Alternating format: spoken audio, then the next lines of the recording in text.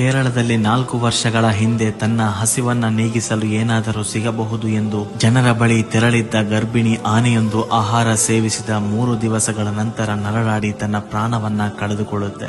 ಇದಕ್ಕೆ ಕಾರಣ ಏನು ಗೊತ್ತಾ? ಯಾರೋ ಕೊಲೆಗಡುಕರು ಆನೆಗೆ ನೀಡಿದ ಹಣ್ಣಿನಲ್ಲಿ ಸಿಡಿಮದ್ದನ್ನ ಇಟ್ಟಿರ್ತಾರೆ. ಪಾಪ ಆ ಮುಗ್ಧ ಜೀವಿಗೆ ಅದು ತಿಳಿದೇ ಇರೋದಿಲ್ಲ. ಆಹಾರ ಬಾಯಲ್ಲಿ ಇರುವ ಸಮಯದಲ್ಲೇ ಸಿಡಿಮದ್ದು ಸ್ಫೋಟಗೊಂಡು ಆನೆಯ ಪರಿಸ್ಥಿತಿ ಚಿಂತಾಜನಕವಾಗಿರುತ್ತೆ. ನೋವು ತಾಳಲಾರದೆ ಆನೆ ತನ್ನ ರಕ್ಷಣೆಗೆ ಎಲ್ಲೆಂದರಲ್ಲಿ ಓಡುತ್ತೆ. ಕೊನೆಗೆ ಒಂದು ನದಿಯಲ್ಲಿ ತನ್ನ ಛಿದ್ರಗೊಂಡ ಬಾಯಿಯೊಂದಿಗೆ ಮುಳುಗಿ ಏಳುವ ಪ್ರಯತ್ನ ಜೋರಾಗಿ ನಡೆಯುತ್ತೆ. ಇಷ್ಟರಲ್ಲಾಗಲೇ ಅರಣ್ಯ ಇಲಾಖೆಯ ಸಿಬ್ಬಂದಿ ಸ್ಥಳಕ್ಕೆ ಧಾವಿಸಿರ್ತಾರೆ. ಆದರೆ ಆನೆ ಮಾತ್ರ ಯಾವೊಬ್ಬ ಮನುಷ್ಯನನ್ನ ಹತ್ತಿರಕ್ಕೆ ಸೇರಿಸಲೇ ಇಲ್ಲ.